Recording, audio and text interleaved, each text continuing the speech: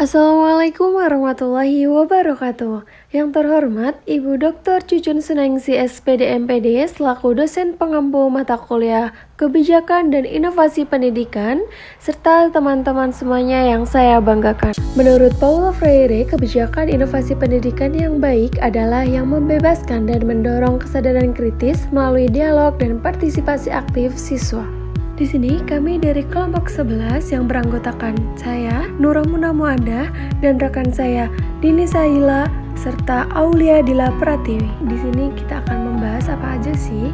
Yang pertama, kebijakan dan inovasi kurikulum berbasis kompetensi. 2. Kebijakan dan inovasi kurikulum berbasis masyarakat. 3. Kebijakan dan inovasi kurikulum berbasis keterpaduan. 4. Kebijakan dan inovasi kurikulum 2013. Dan 5. Kebijakan dan inovasi kurikulum merdeka. Materi yang pertama, kebijakan dan inovasi kurikulum berbasis kompetensi. Kompetensi merupakan kemampuan mengerjakan sesuatu yang berbeda dengan sekedar mengetahui sesuatu. Kompetensi harus didemonstrasikan sesuai dengan standar yang ada di lapangan kerja, yaitu menurut Hamalik tahun 2000. Sedangkan kurikulum berbasis kompetensi itu sendiri adalah rencana dan pengaturan yang mencangkup kompetensi serta hasil belajar yang harus dicapai oleh siswa, termasuk dengan penilaian, kegiatan belajar mengajar, dan pengelolaan sumber daya pendidikan untuk pengembangan sekolah, menurut Depdiknas tahun 2002. Di samping itu, tujuan dari kurikulum berbasis kompetensi adalah untuk membekali kita dengan keahlian dan keterampilan yang sesuai dengan standar yang dibutuhkan, sehingga kita bisa lebih bersaing dan memiliki kualitas yang lebih baik. Menurut Depdiknas tahun 2002, ada beberapa karakteristik dari kurikulum berbasis kompetensi.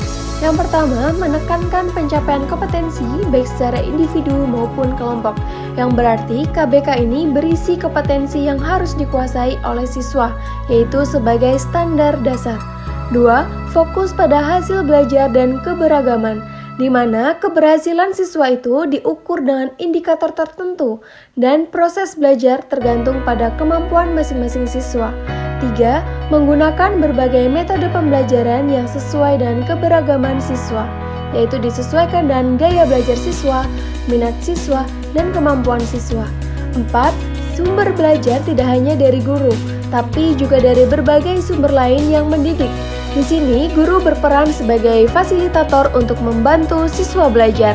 5. Penilaian berfokus pada proses dan hasil belajar untuk mencapai kompetensi, di mana keduanya dianggap sama pentingnya. Pengembangan kurikulum berbasis kompetensi berfokus pada kompetensi yang mencangkup pengetahuan, keterampilan, dan sikap yang dapat ditujukan oleh siswa sebagai bukti pemahaman mereka terhadap suatu materi. Pengembangan kurikulum berbasis kompetensi ini didasarkan pada 3 prinsip penting, yaitu filosofis, psikologis, dan sosiologis. Filosofis yaitu yang berhubungan dengan nilai-nilai yang ada di masyarakat, sedangkan psikologis berhubungan dengan aspek kejiwaan dan perkembangan siswa, serta sosiologis yaitu bahwa sekolah harus mempersiapkan siswa untuk berkontribusi secara aktif di masyarakat. Yang kedua, kebijakan dan inovasi kurikulum berbasis masyarakat.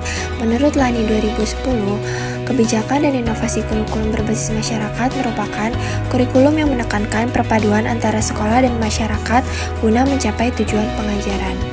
Kurikulum berbasis masyarakat yang bahan dan objek kajian kebijakan dan ketetapan yang dilakukan di daerah disesuaikan dengan kondisi lingkungan alam, sosial, ekonomi, budaya, dan disesuaikan dengan kebutuhan pembangunan daerah yang perlu dipelajari oleh siswa di daerah tersebut. Dalam kurikulum berbasis masyarakat memiliki tujuan. Yang pertama, memperkenalkan siswa terhadap lingkungannya. Di sini, siswa ikut melestarikan budaya termasuk kerajinan, keterampilan yang nilai ekonomi tinggi di daerah tersebut. Membekali siswa kemampuan dan keterampilan yang dapat menjadi bekal hidup mereka di masyarakat, seandainya mereka ini tidak dapat melanjutkan ke jenjang pendidikan yang lebih tinggi. Dan terakhir, membekali siswa agar hidup mandiri, serta dapat membantu orang tua dalam memenuhi kebutuhan hidupnya. Selanjutnya, karakteristik. 1. Pembelajaran berorientasi pada masyarakat. Di sini, masyarakat dengan kegiatan belajar bersumber pada buku teks. Kedua, disiplin kelas berdasarkan tanggung jawab bersama bukan berdasarkan paksaan atau kebebasan.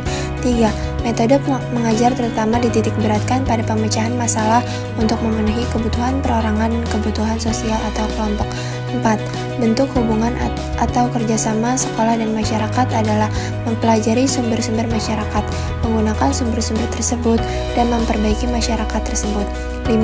Strategi pembelajaran meliputi karya wisata, manusia, narasumber, survei masyarakat, berkemah, kerja lapangan, pengabdian masyarakat, kuliah kerja nyata, proyek perbaikan masyarakat, dan sekolah pusat masyarakat. Pengembangan kurikulum berbasis masyarakat. Karena pengaruh perkembangan teknologi terjadi perubahan yang cukup drastis dalam segala bidang termasuk pekerjaan, masyarakat perkotaan berubah cepat dibandingkan masyarakat pedesaan. Pola kehidupan agraris berubah menjadi pola kehidupan industri, di mana kehidupan masyarakat menuntut memiliki spesialisasi dan profesionalisme dalam melakukan pekerjaan, sehingga sifat-sifat kebersamaan hidup lebih santai diganti oleh sikap individualis dan kerja keras. 3. Kebijakan dan inovasi kurikulum berbasis terpadu.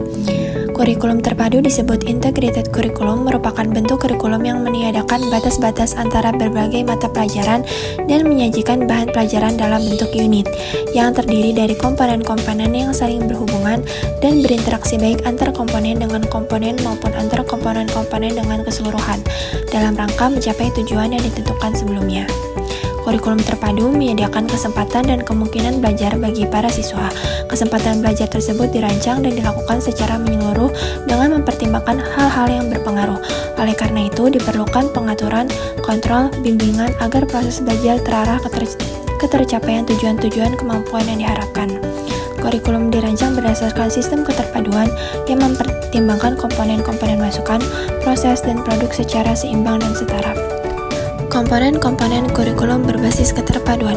Kurikulum berbasis keterpaduan meliputi berbagai komponen yang saling berkaitan. Masing-masing komponen saling berkaitan mempengaruhi satu sama lain dalam rangka untuk mencapai tujuan. Yang pertama, komponen lulusan. Komponen lulusan adalah produk sistem kurikulum yang memenuhi harapan kuantitas, yakni jumlah lulusan sesuai dengan kebutuhan, dan harapan kualitas, yakni mutu lulusan ditinjau dari segi tujuan intrinsik dan tujuan ekstrinsik. Yang kedua, komponen metode terdiri dari berbagai pembelajaran, metode penyajian, bahan dan media pendidikan. Komponen evaluasi, untuk menilai keberhasilan proses kurikulum dan ketercapaian tujuan kurikulum. Komponen balikan, berguna untuk memberikan informasi dalam rangka umpan balik demi perbaikan sistem kurikulum. Komponen masyarakat, merupakan masukan eksternal dalam bidang sosial dan budaya yang berfungsi sebagai faktor penunjang dan turut mewarnai pelaksanaan kurikulum secara keseluruhan. Karakteristik kurikulum berbasis keterpaduan. Ciri-ciri bentuk organisasi kurikulum terpadu atau integrated curriculum diantaranya adalah A. Peran guru sama aktifnya dengan peran peserta didik. Bahkan, peran siswa lebih menonjol dan guru cenderung berperan sebagai pembimbing atau fasilitator. Berdasarkan filsafat pendidikan demokrasi Pancasila. Selanjutnya, berdasarkan psikologi belajar Gestalt dan field theory. Selanjutnya, berdasarkan landasan sosiologis dan sosiokultural. Selanjutnya, berdasarkan kebutuhan, minat, dan tingkat perkembangan pertumbuhan peserta didik. Ditunjang oleh semua mata pelajar atau bidang studi yang ada, dan sistem penyampaian dengan menggunakan sistem pengajaran unit, yakni unit pengalaman dan unit mata pelajaran. Selanjutnya, prosedur pengembangan kurikulum terpadu. Prosedur pengembangan kurikulum terpadu terdiri dari rencana umum dan dilaksanakan dalam bentuk pembelajaran unit, meliputi tujuan sumber unit, kriteria penyusunan rencana umum, dan organisasi dan isi rencana. Kebijakan dan inovasi kurikulum berbasis 2013. Kurikulum 2013 adalah kurikulum yang mengintegrasikan pengembangan kompetensi dan karakter secara menyeluruh sebagai penyempurnaan dari kurikulum tingkat satuan pendidikan atau KTSP. Menurut Hidayati 2013, kurikulum 2013 berbeda dengan kurikulum sebelumnya, terutama dari segi karakteristik, penerapan pendekatan saintifik, serta penggunaan penilaian otentik dalam proses pembelajaran. Prinsip dasar kurikulum 2013. Kurikulum 2013 memiliki prinsip dasar yang menekankan kemampuan guru dalam mengaplikasikan proses pembelajaran yang otentik dan bermakna bagi peserta didik untuk mengembangkan potensi mereka. Kurikulum ini juga mendefinisikan standar kompetensi lulusan SKL sebagai kriteria kualifikasi kemampuan lulusan yang mencakup pengetahuan, sikap, dan keterampilan. Penyusunan kurikulum 2013 mengacu pada Undang-Undang Nomor 20 Tahun 2003 yang memperhatikan aspek-aspek seperti keimanan, akhlak, minat dunia kerja, teknologi, dan persatuan nasional. Karakteristik kurikulum 2013. Yang pertama, pengembangan keseimbangan kompetensi. Di dalam kurikulum ini menekankan pengembangan yang seimbang antara sikap spiritual dan sosial, rasa ingin tahu, kreativitas, serta kemampuan bekerja sama yang dipadukan dengan kemampuan intelektual dan psikomotorik peserta didik. Yang kedua, sekolah sebagai bagian dari masyarakat. Sekolah berperan penting sebagai bagian integral dari masyarakat yang menyediakan pengalaman belajar yang terencana, di mana peserta didik dapat mengaplikasikan ilmu yang diperoleh di sekolah ke dalam kehidupan bermasyarakat dan memanfaatkan lingkungan sekitar sebagai sumber untuk belajar. 3. Pengembangan sikap, pengetahuan, dan keterampilan terpadu. Di dalam kurikulum ini, mengembangkan ketiga aspek tersebut secara bersamaan dan mendorong penerapannya dalam berbagai situasi di sekolah maupun dalam kehidupan masyarakat. 4.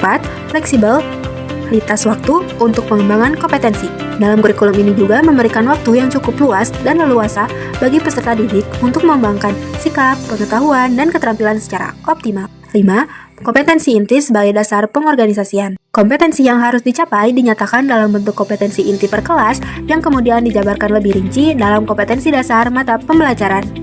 6. Kompetensi inti sebagai pengorganisasian kompetensi dasar. Kompetensi inti berfungsi sebagai elemen pengorganisasian utama, sehingga semua kompetensi dasar dan proses pembelajaran dikembangkan untuk mencapai kompetensi inti tersebut. Terakhir, prinsip akumulatif dan penguatan kompetensi. Kompetensi dasar dikembangkan berdasarkan prinsip akumulatif, di mana kompetensi antar mata pembelajaran dan jenjang pendidikan saling memperkuat dan memperkaya secara horizontal maupun vertikal. Kebijakan kurikulum 2013. Perubahan kurikulum 2006 ke kurikulum 2013 menyangkut 4 elemen. Standar kompetensi lulusan atau sering dikenal dengan SKL. Di standar kompetensi lulusan ini menekankan peningkatan dan keseimbangan antara soft skill dan hard skill. 2. Standar isi atau SI, di mana di sini mengalami perubahan dengan kurikulum 2013 yang menurunkan mata pembelajaran dari kompetensi.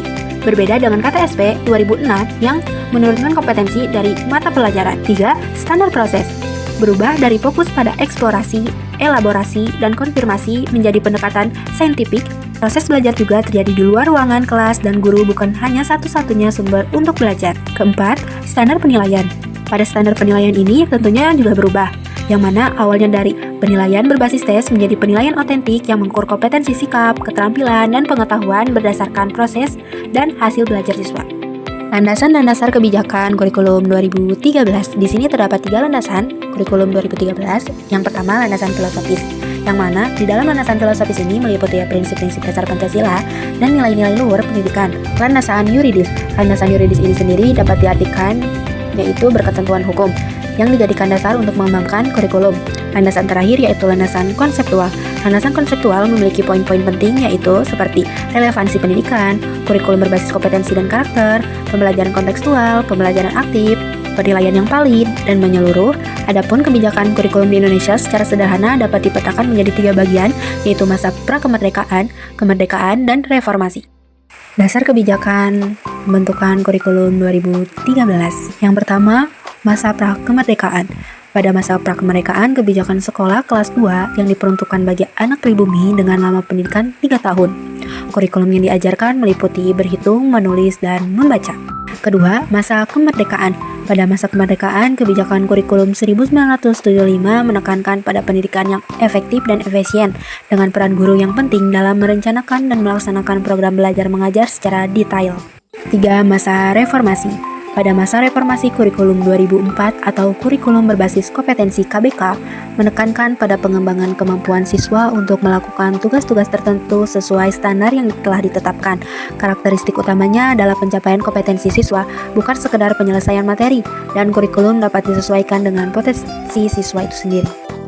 Pengertian kurikulum merdeka. Kurikulum merdeka atau disebut juga dengan kurikulum prototipe atau sering dikenal dengan kurikulum Merdeka Belajar, yaitu kurikulum dengan pembelajaran intrakurikuler yang sangat beragam serta menekankan kemandirian peserta didik dalam belajar.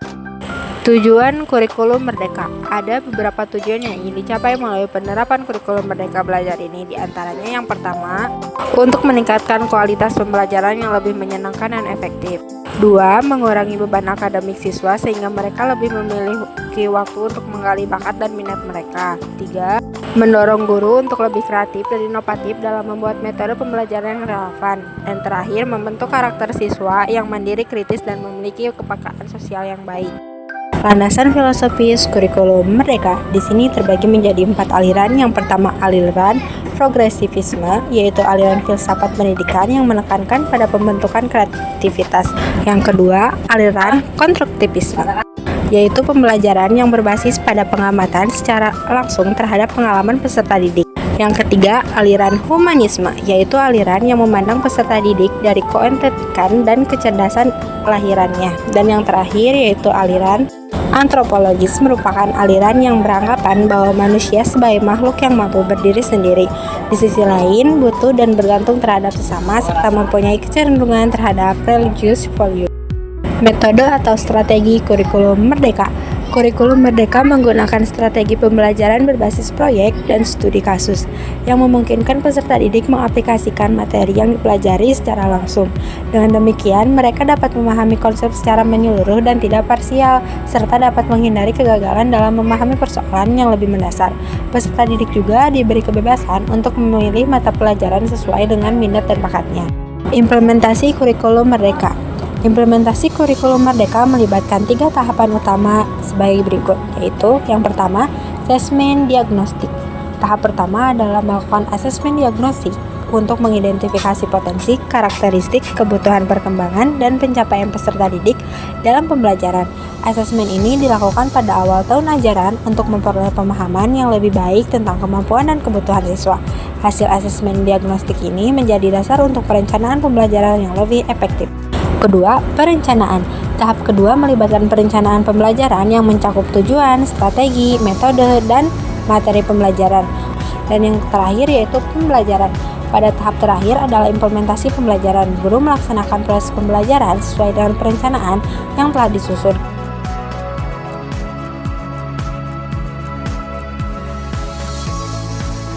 Sekian dari kelompok kami. Terima kasih. Wassalamualaikum warahmatullahi wabarakatuh.